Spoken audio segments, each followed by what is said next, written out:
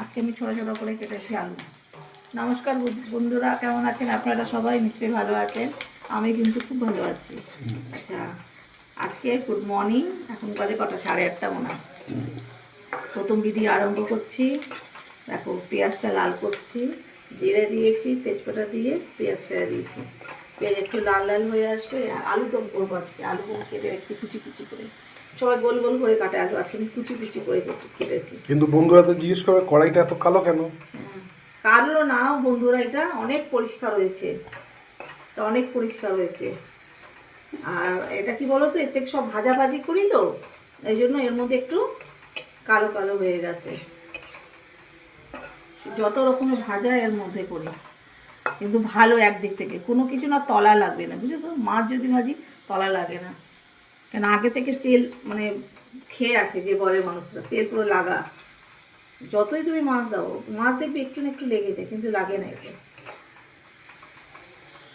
আর আমি করছি আজকে কড়াইশুঁটি কচুরি। দেখো, কড়াইশুঁটি পুর করে রেখেছি, শুধু এটা করবো, ময়দাটা মাখবো, বাস। এই আলুদমটা করে নিই, তারপর কি করব বলো, এক হাতে করতে হচ্ছে। কে একটু সাহায্য করে দেবে? করবে না। এই যে আমার একটা মহারাজা।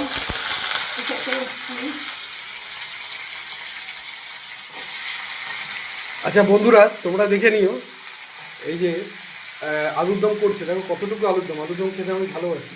তুমি দেখো কতটুকু আলুর দম করছে। অবশ্য এখন সবজি আনতে যেতে হবে আমাকে। কতগুলো আছে, দুজনে কত করবো এ বাবা। জানো তো বন্ধুরা, বেঁচে গেলে খায় না, কিন্তু ফ্রিজে রাখা থাকবে, 2-3 দিন হয়ে যাবে, কিন্তু খাবে না। আমাকে লাস্টে খেতে হবে। ওই জন্য আমি বুঝে শুনে অল্প অল্প করি, কারণ বেঁচে গেলে খাবে না তো, তখন আমাকে সব খেতে হবে। ভালো লাগে বলো, ও এতদিনের রান্না আমি খাবো যে, ওই জন্য আমি কম করেছি।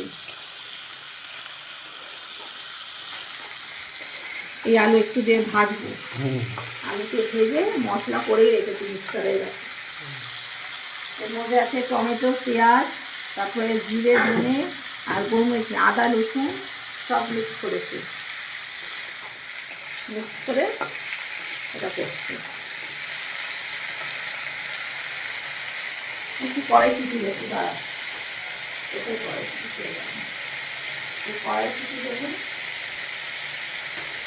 আজকে আবহাওয়াটা দেখো একদম হালকা হালকা রোদ, কিন্তু দেখতে এরকম জানো না, একদম মানে কড়ার মতো, বাইরে বেরোলে না বোঝা যায় রোদটা কি কড়া।